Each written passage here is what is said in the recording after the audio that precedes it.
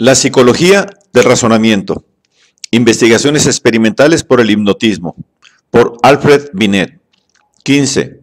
Capítulo 5. Conclusión. 4. La teoría anterior explica el razonamiento por las propiedades de las imágenes y de las sensaciones, y solo por ellas. No hace intervenir a ninguna otra cosa. Es decir, la expresión yo razono, que se emplea con tanta frecuencia, es tomada literalmente bastante impropia.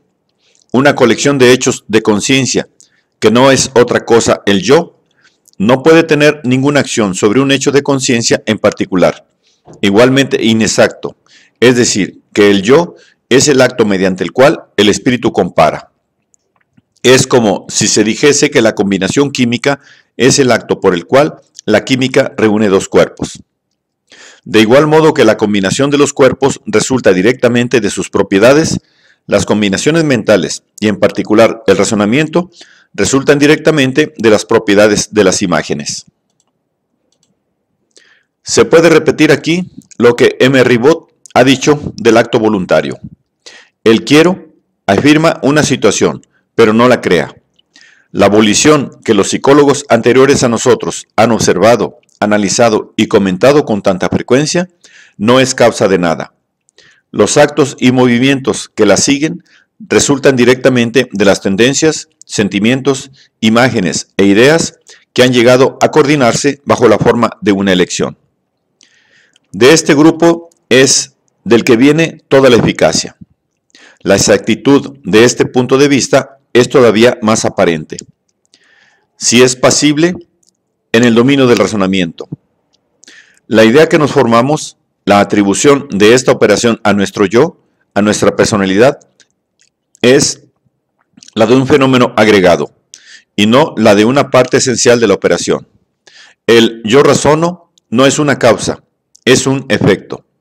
No existe en el niño, en los ignorantes y en los millones de personas que nunca han hecho psicología. Todos estos nunca han tratado de darse cuenta de que razonan y cómo razonan. La cosa en sí les es indiferente. Se contentan con razonar sin fijarse en ello. Los intransigentes de la psicología, los que llevan todo al extremo, han sostenido que hay que decir: razona en mi cerebro. Lo mismo que se dice, truena en el cielo. Estas expresiones no solo son ridículas, sino, lo que es peor, inexactas. La formación de un yo como centro y objeto de todos los fenómenos psíquicos no es convencional. Es un fenómeno natural que se realiza en todos los hombres. No se le debe eliminar. Por lo tanto, M. Richet ha observado que en los experimentos de sugestión hipnótica se puede abolir y metamorfosear la personalidad del individuo, sin que por eso se suprima su yo, lo que prueba que las dos cosas son distintas. Si se transforma al individuo en soldado, en bailarina, en niño, en obispo o en cabra, adopta sucesivamente el lenguaje y los gestos de esos diferentes personajes, pero no deja de decir yo al hablar de sus sensaciones y de sus actos. No deja de tener un yo, es decir, una especie de punto de inserción para todas las impresiones sensitivas y motoras que se verifican en él. Hasta ahora no se ha dicho nada del principio o postulado que, en opinión de muchos pensadores, hay implícito en toda clase de razonamiento y que legitima el paso de lo conocido a lo desconocido.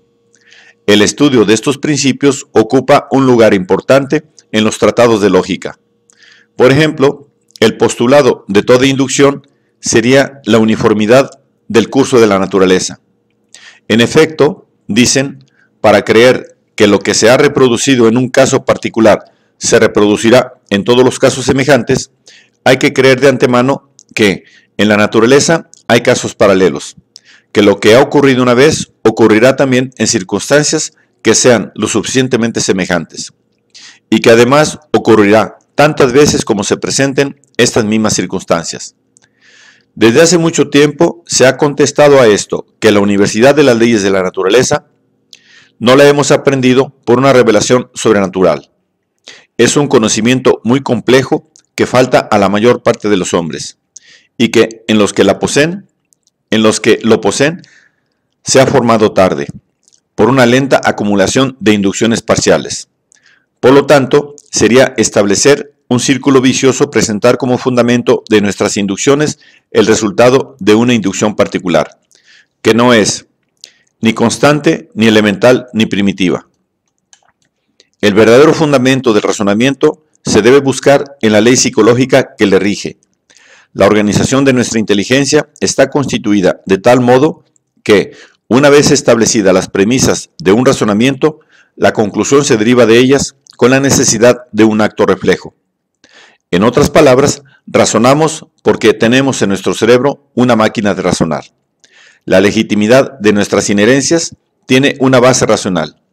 No se demuestra, porque toda demostración presupone la legitimidad de razonamiento. Esta es una verdad de sentido común. Seamos más exactos. En el razonamiento, el principal papel pertenece a las imágenes. Las imágenes son las que se ordenan como razonamiento, en virtud de las propiedades que manifiestan cuando se ponen en presencia. Ellas son las que construyen espontáneamente, bajo nuestra mirada interna, el cuadro del mundo exterior. Este concepto se deriva directamente de los hechos que constituyen este libro. Hemos demostrado que la semejanza es una propiedad de las imágenes, y hemos dicho con M. Pilón que hay que distinguir la acción de la semejanza, de la percepción de la semejanza. De esta importante distinción resulta que la sugestión de las imágenes semejantes es un primer hecho de automatismo, y que la reunión y fusión de imágenes semejantes en una imagen general es un segundo hecho de automatismo, y que la organización de las imágenes semejantes en razonamiento es un tercer hecho de automatismo. En todos estos casos, el yo solo interviene cuando la obra está terminada. De igual modo que la semejanza de dos imágenes se percibe solo después de su sugestión. Pilón. Así, el razonamiento que forman al organizarse solo se percibe después de su formación. Si tuviéramos que usar una comparación para representar el mecanismo del razonamiento, citaríamos el ejemplo de las flores que dibuja el frío en los cristales de las habitaciones.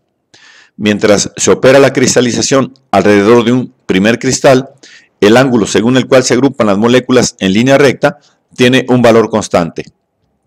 Del tronco salen ramas puntiagudas, y de estas salen otras, también en punta, pero el ángulo comprendido entre las ramas principales y las secundarias no varía nunca.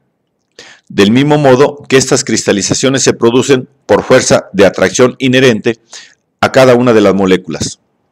Así, el razonamiento está producido por las propiedades inherentes a cada una de las imágenes. De igual manera que la cristalización, en sus accidentes más raros, observa siempre cierto valor angular, así el razonamiento, verdadero, falso o loco, obedece siempre a las leyes de la semejanza y de la contigüidad. Admitido esto, el razonamiento se puede hacer inconsciente, sin que haya que suponer un cambio profundo del fenómeno. Si se admite que el razonamiento proviene de una facultad del alma, ¿es ya difícil explicar la inconsciencia de ciertos razonamientos? Según nuestro punto de vista, nada hay más sencillo. El razonamiento es una síntesis de imágenes. Las imágenes son la parte psíquica de un todo psicofisiológico. Aunque faltan ellas, el proceso fisiológico subsiste. Él es el único esencial y suficiente. El mecanismo fisiológico opera como si estuviese acompañado de su epifenómeno, la conciencia. Ejecuta su obra sin ruido y alcanza seguramente el resultado final.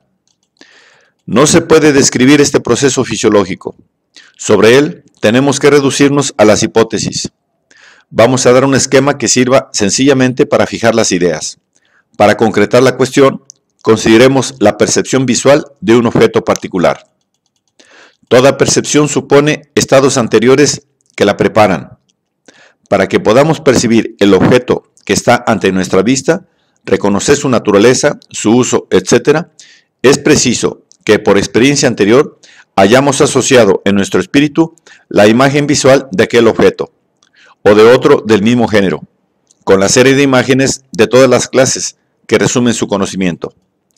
¿Cómo podremos expresar en términos fisiológicos el producto de esta experiencia anterior?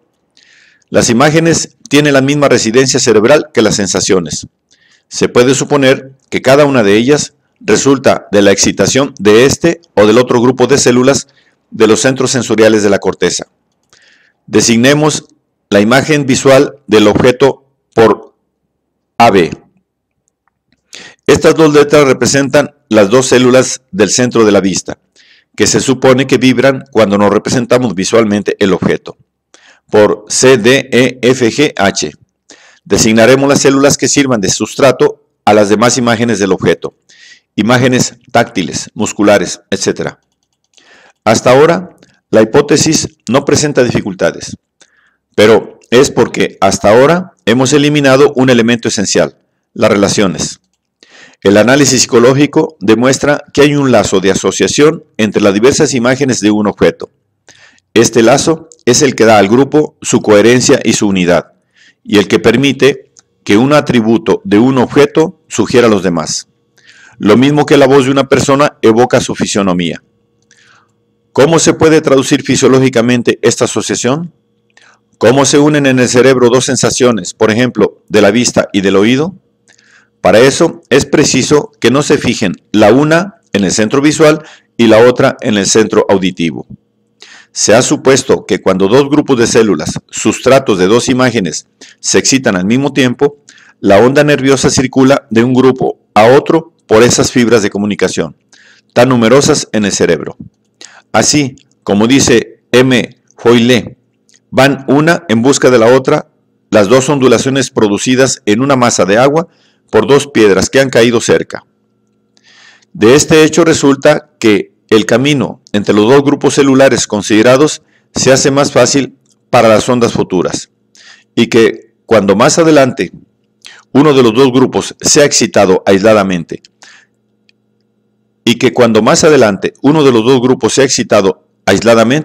la corriente que parta de él seguirá este camino con preferencia a cualquier otro, por ser la línea de menor resistencia. Spencer. De este modo, se ha traducido en términos fisiológicos el hecho elemental de la asociación de ideas. Se ha dicho que los grupos celulares excitados al mismo tiempo están reunidos por asociaciones dinámicas, Ribot, y también que forman un solo y único cliché, Taine. Así, en nuestro ejemplo, hay una asociación dinámica entre las células, AB, que corresponde a la imagen visual del objeto, y las células CDEFGH, que corresponden a las sensaciones mecánicas que da el objeto cuando se le coge. Agreguemos un rasgo más, y la hipótesis quedará completa. Todavía no hemos hablado de la sensación excitadora que debe hacer vibrar esta asociación de células. El análisis nos ha demostrado que en la percepción exterior, la sensación se parece siempre, en parte, a la primera imagen que evoca, es decir, a la vista anterior o recuerdo visual del mismo objeto, que hemos designado por AB. Se pueden, pues, designar las células que vibren por el influjo de la vista actual de las letras AA. La A minúscula de esta fórmula es el nombre del elemento común a la visión actual y a la visión pasada, porque sabemos que la cualidad psíquica de la semejanza tiene como correlativo psicológico la identidad del lugar. Cuando comienza la visión, la onda nerviosa, después de haber recorrido el grupo celular A mayúscula, A minúscula, pasa al grupo A minúscula, B mayúscula, mediante el punto de unión celular que le suministra la célula A minúscula. En términos psicológicos, la vista del objeto evoca, ante todo, por semejanza, su recuerdo visual. Después la onda sigue su camino en virtud de las asociaciones dinámicas ya establecidas y se esparce por los grupos celulares designados por CDEFGH, todas mayúsculas, al mismo tiempo. Todas mayúsculas. Al mismo tiempo, el recuerdo de todos los experimentos antiguos llega al espíritu. Esta oleada de imágenes se asocia a la visión del momento y se verifica la síntesis psíquica. En realidad, semejante concepto del juego de los centros nerviosos es una hipótesis gratuita. Nosotros no tenemos medio de observar lo que pasa en el cerebro de un hombre que piensa. Todo lo que se puede afirmar es que el razonamiento podría estar producido por el mecanismo descrito, porque nuestra hipótesis neurofisiológica está calcada sobre el análisis subjetivo del razonamiento. Así, el razonamiento se podría definir desde el punto de vista fisiológico como la continuación de un proceso cuya primera fase, la excitación de las células A mayúscula A minúscula, es la única que corresponde a un estimulante exterior. Esta definición se corresponde con la definición psicológica. El razonamiento es una extensión de la experiencia. Dejamos al lector que decida si esta teoría mecánica despoja o no al espíritu de toda autoridad para reducirlo a un estado puramente pasivo. Este es un cargo que se ha hecho con frecuencia a la escuela inglesa, que trata de explicar todos los fenómenos del espíritu por las leyes de asociación. ¿Qué hay de fundado en este reproche? Las imágenes no son cosas inertes y muertas, sino que tienen propiedades activas. Se atraen, se encadenan y se funden entre sí. Es un error convertir la imagen en un cliché fotográfico, fijo e inmóvil. Es un elemento vivo, algo que nace, que se transforma y que crece, como nuestras uñas y nuestro pelo. La actividad del espíritu resulta de la actividad de las imágenes, lo mismo que la vida de la colmena resulta de la vida de las abejas, o más bien, como la vida de un organismo resulta de la vida de las células.